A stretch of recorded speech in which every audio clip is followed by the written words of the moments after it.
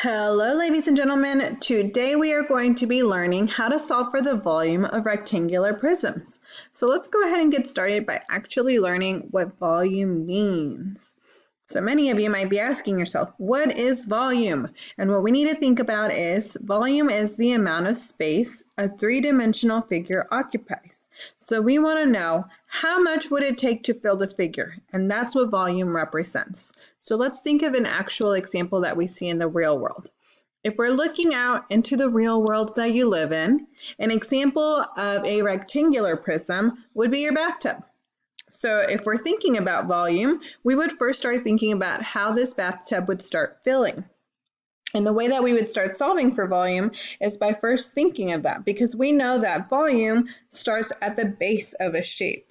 And when we get to the formula, you'll realize that's why we always start with our capital B, the area of the base.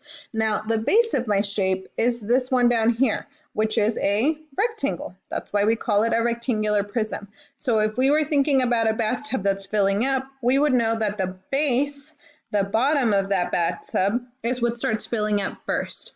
And then after that, it's where we start seeing that it starts filling up layer by layer. And that's where we start realizing that it starts increasing by its height. So first we need to figure out the area of the base and then multiply that by the height so that we know that it keeps repeating and filling up. So let's go ahead and get started on some actual examples. So right here we are given example number 1. We need to find the volume of this rectangular prism. Now to solve for the volume, we will start using the formula volume equals the area of the base multiplied by the height. And so if you want, I'll write that right here again. Area of our base. So we need to look at the bottom of our shape. Now, right now, the bottom of our shape is this rectangle. That's what we need to solve the area of first. And although they tricked us by putting the 15 up here, we know that right here it also equals 15.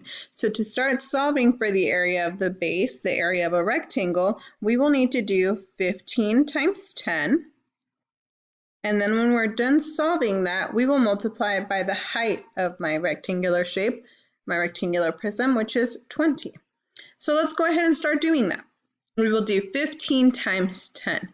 What is 15 times 10? If we multiply that, we know that 15 times 10 gives us 150. Now that's only solving for the area that is down here, the area of this rectangle. We still need to find the entire volume. So now we need to multiply that by the 20, which is our height. So let's go ahead and multiply that, and that will give us our final answer. If we do 150 and we multiply it by 20, our final answer will be 3,000. And let's not forget to label it. Right here, it lets me know that it is centimeters. And since we're now looking for volume, it's now including three-dimensional shapes. We know that this centimeters will be cubed. It will have a little 3 right there. And that will be my final answer, 3,000 centimeters cubed. Let's go ahead and go to example number 2. Now this rectangular prism looks a little different, and that's okay because there are different types of rectangular prisms in the world. We can think of a rectangular prism as the bathtub, or as the cereal box, or as your shoe box. They all come in different shapes. So we know that it looks like a different type of rectangular prism, but we still use the same formula. Volume equals the area of our base times the height.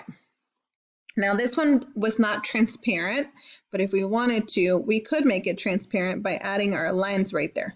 And so then we know that our base will be the rectangle in the bottom, which has the measurement of 7 kilometers by 7 kilometers. So we will need to make sure that we multiply that, and then we can multiply it by the height, how tall it is, which is by 1 kilometer. So let's go ahead and get started. 7 times 7 gives us 49, and then we'll need to multiply that by 1. And that will give us our final volume. 49 times 1 equals 49. And again, don't forget to label it kilometers, and since it's volume, cubed. So 49 kilometers cubed. Alrighty, so what you should have noticed is that basically we're just multiplying the three numbers that are given to us for a rectangular prism, and now you get to try out two examples. So let's move on to the first one you get to try out. And here it is. Tell me, what is the volume of this rectangular prism? So let's see if you're correct. We know that volume is the area of the base multiplied by the height. So that means I needed to find the area of my base, which they tried tricking me. The 5 right here is for my base as well. So that means we need to do 5 times 7. And then we multiply that by the height, how tall it is. And it is 3 inches tall. So let's go ahead and start that out. 5 times 7 should have given you 35. And then we multiply that by 3.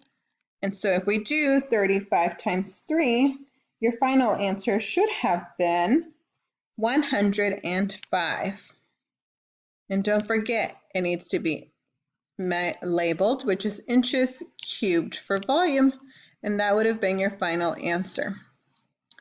Alrighty, let's move on to the last example. So ladies and gentlemen, this is our last example that you get to try out. What is the volume of the rectangular prism given? Let's see if you're correct. They were nice in this one because they kind of shaded that base for you. So we know that we need to do volume equals the area of our base multiplied by the height. And the area of the base would be that 13 and that 3. So we would need to multiply those. And then we'll multiply that with the height, how tall it is. And it is 7 centimeters tall. So let's go ahead and check that math out. If you did 13 times 3, you should have gotten 39, which we then multiplied by 7. And if we multiply 39 times 7, it should have given you a final answer of 273 centimeters cubed. Alrighty, ladies and gentlemen, you have learned how to solve for the volume of rectangular prisms. It's time to practice this on your own.